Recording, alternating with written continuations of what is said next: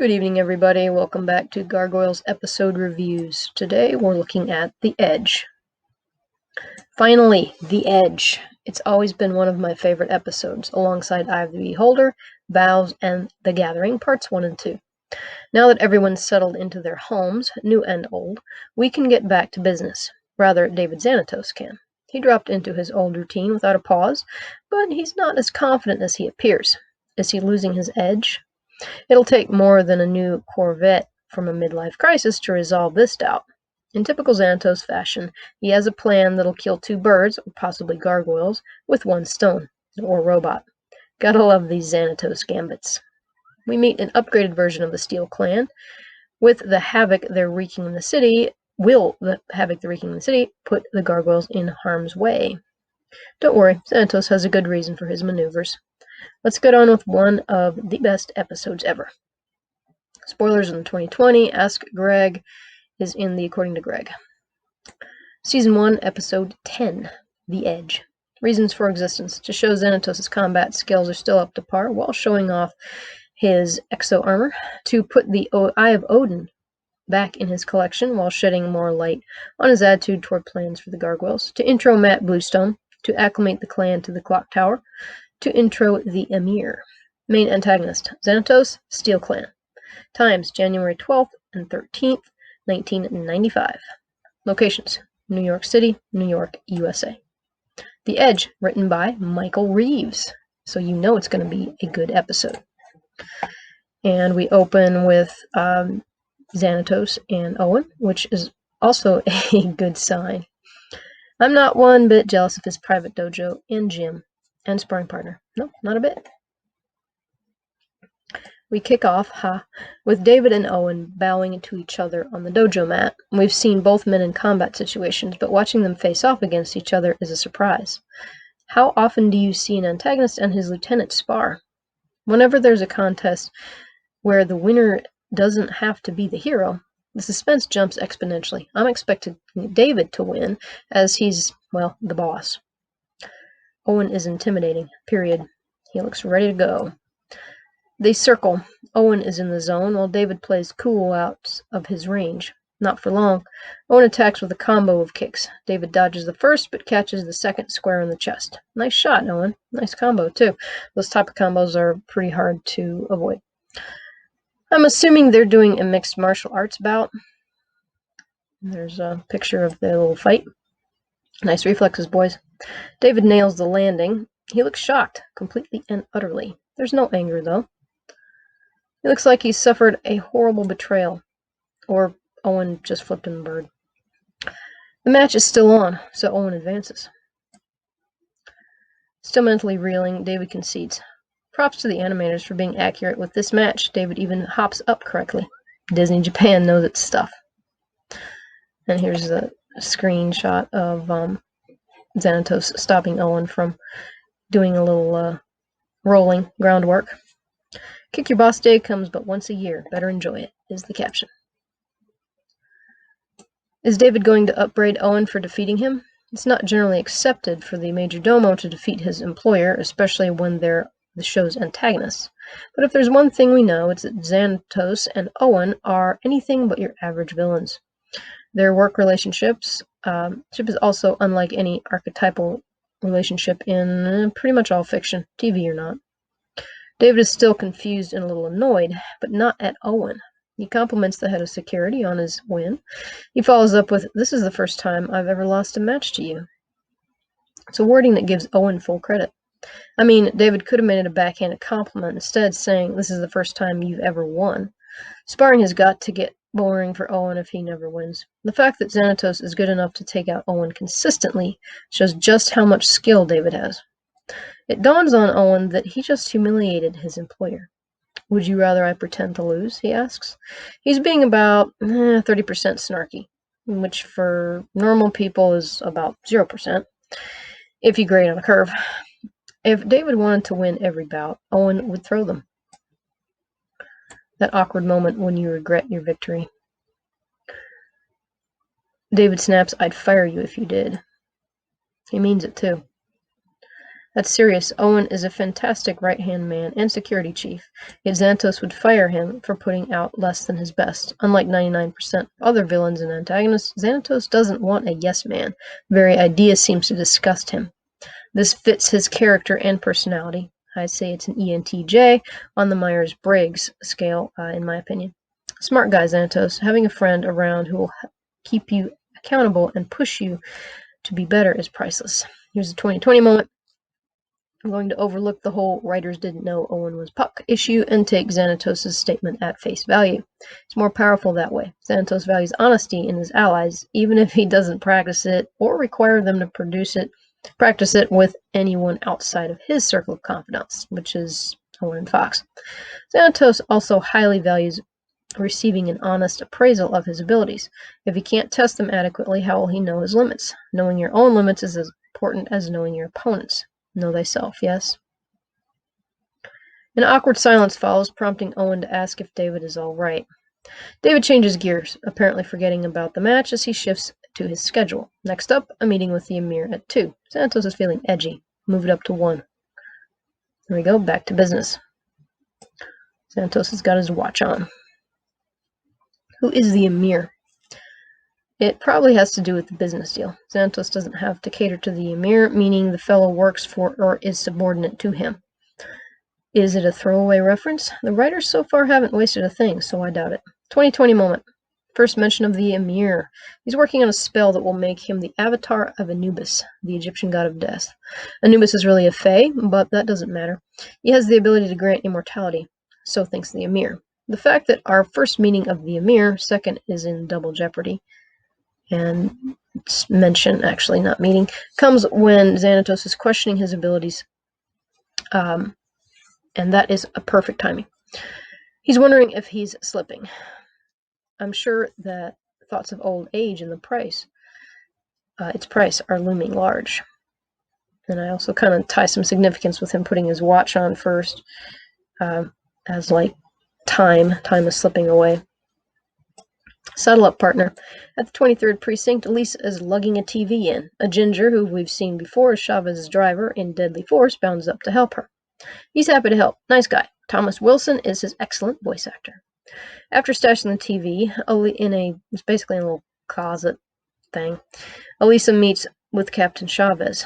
Much to Maza's chagrin, she's getting a partner. Guess who? Ginger guy. Well, he seems nice anyway. His name is Matt Bluestone. He worked with Chavez on the Dracon business, so he's a capable detective. Out of Chavez's earshot, Elisa tries to put Matt off of being a partner. Why bother, Elisa? He's yours and you're his. Get used to it. It's not like he can decide to quit being your partner. I mean, I guess he could, but probably wouldn't look too good. Getting a partner so sick of you that they ask for a transfer isn't the best idea. Elisa, you can't just tell your partner that you don't want them, is the caption. According to Greg, Matt is Michael Reeves' character. Bluestone was an earlier choice for Elisa's name after Chavez and Reed. Elisa manages to shrug him off for 20 minutes while she carries the TV up to the Gargoyles in the clock tower. Broadway is right there to help her. It's been an eternity in cartoon time, 2 months. Well, 2 episodes, sorry. Been a few months since he shot her. She's made a great recovery, as in real time it's only been maybe 2 months-ish. So I don't know why she's lugging that big TV. It's not like that would be really great for her recovery or anything. Neither would him hauling her up like that. Still feeling guilty? I bet. Broadway. The Gargs are setting up the TV while she goes next door to the library. Look, I don't know why there's not a security system here, okay? Don't ask. All I can think is that Elisa somehow has access. Goliath is reading a Dostoevsky. In case you slept through English, he wrote Crime and Punishment, among other classics. The book addresses, in part, the ends justifying the means. He also has great quotes like, "If there is no God, everything is permitted," and "To live without hope is to cease to exist." He also has pretty depressing books. I mean, that kind of goes with the territory of being a Russian author. And there's Goliath brooding over his book. Uplifting reading there. Goliath is in the dark of depression. He's a man out of time, a creature inhabiting a world and even a time that aren't his. Who do they belong to? Xanatos.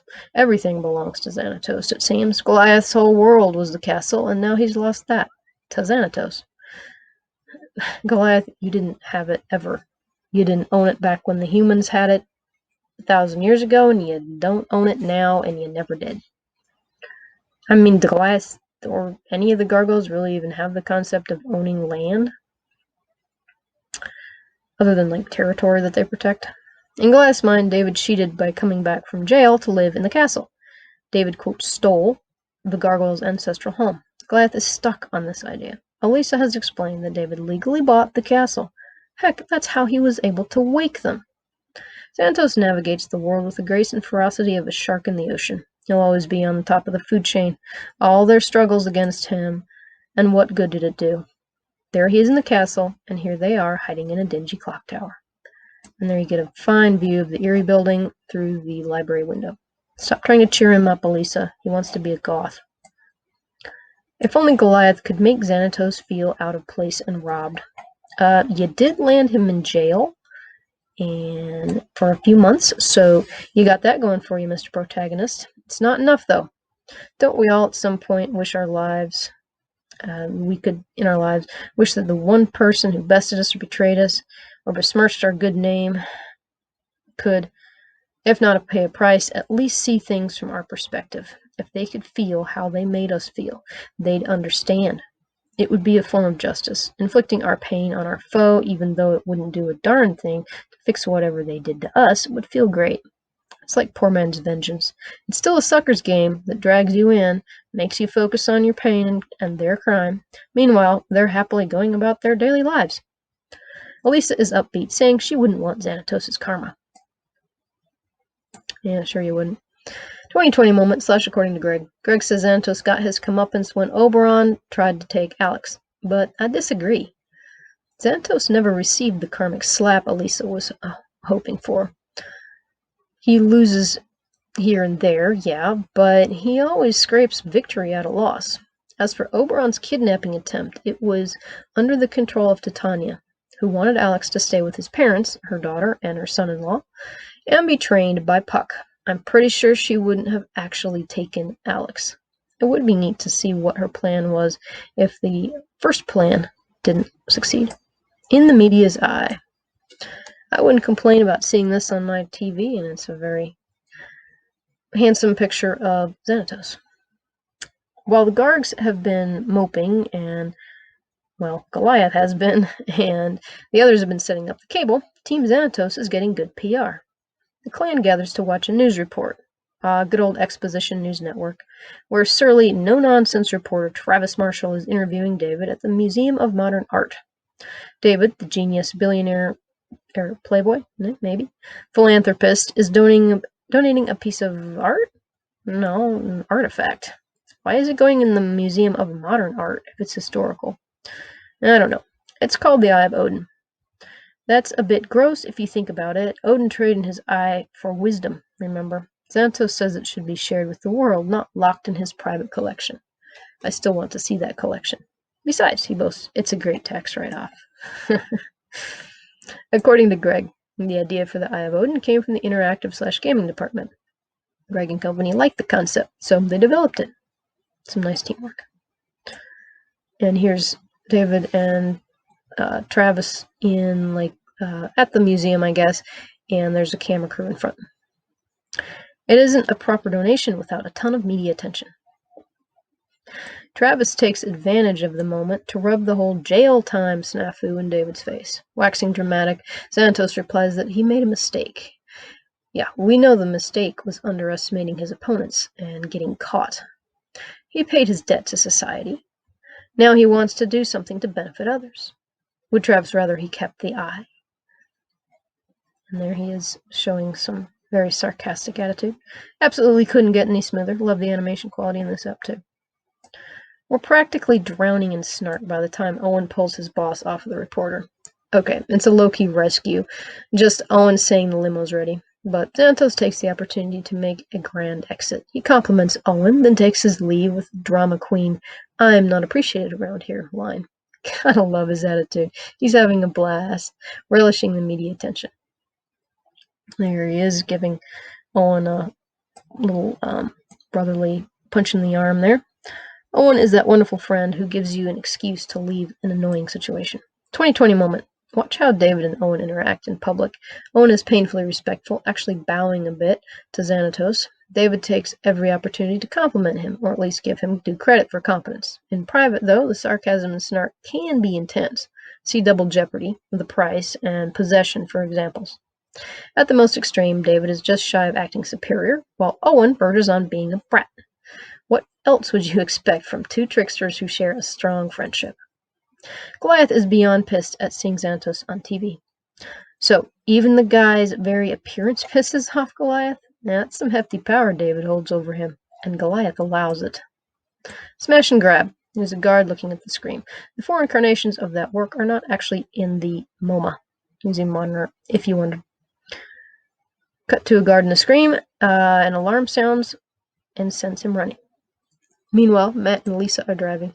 Matt is prattling on about the Illuminati. Even the president works for them. Elisa's had enough of Agent Mulder's conspiracy theories, so as well as his UFOs in Loch Ness. Yes, yet despite the look on my face, you're still talking. He's in the passenger seat while she drives. 2020 moment. And she'll meet them all before the series is done. I wonder if the writers had any clue they'd be going into the stories.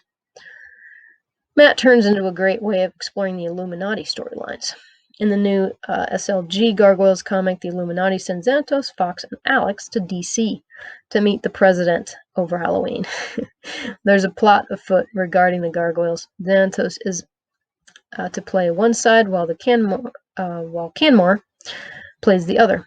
The Illuminati runs the house, though. They will always win.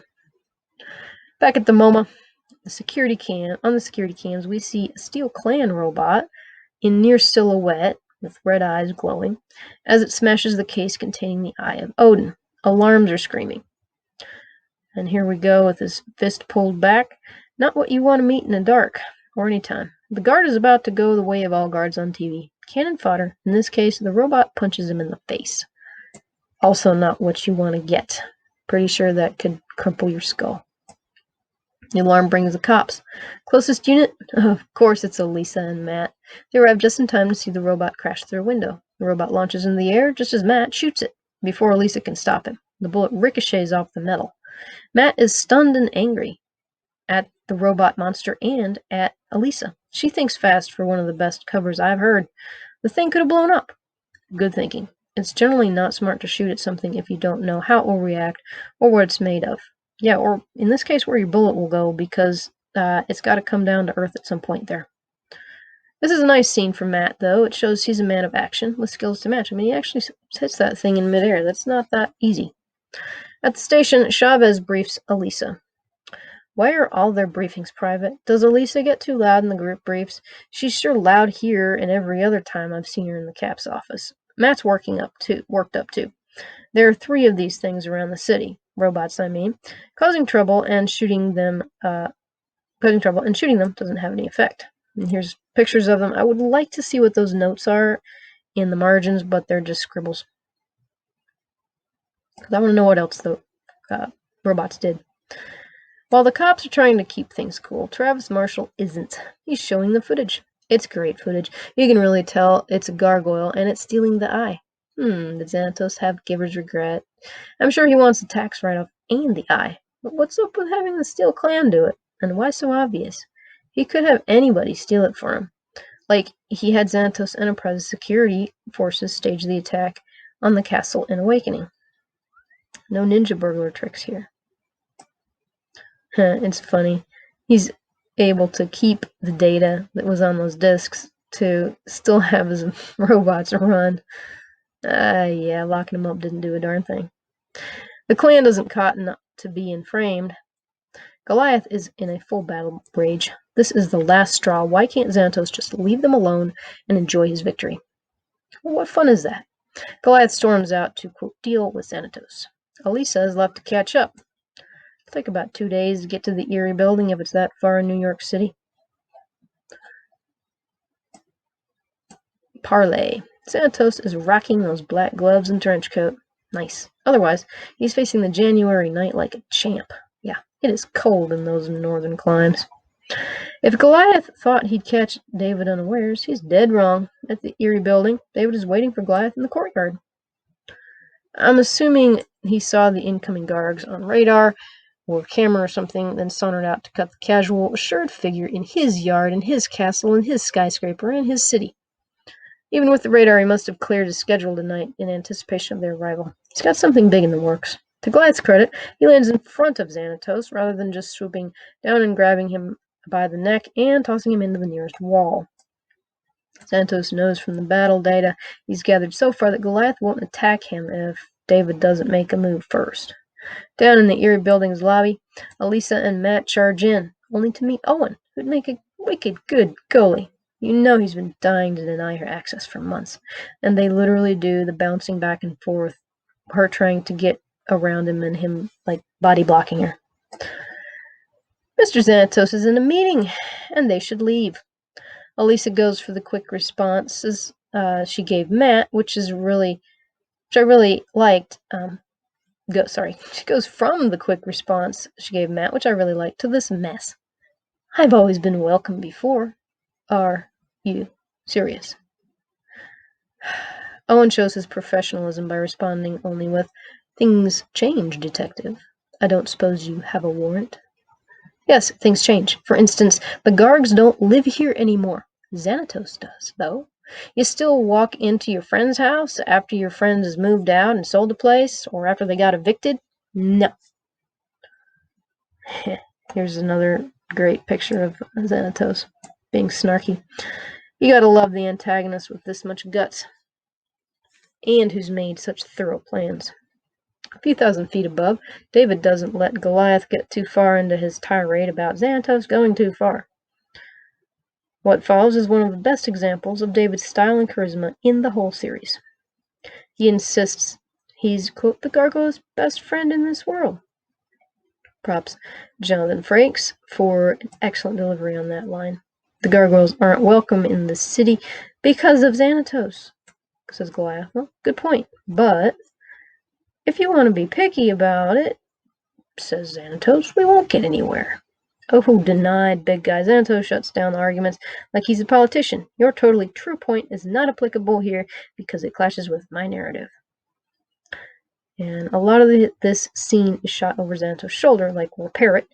It gives us his view of the towering monster, and he is not impressed.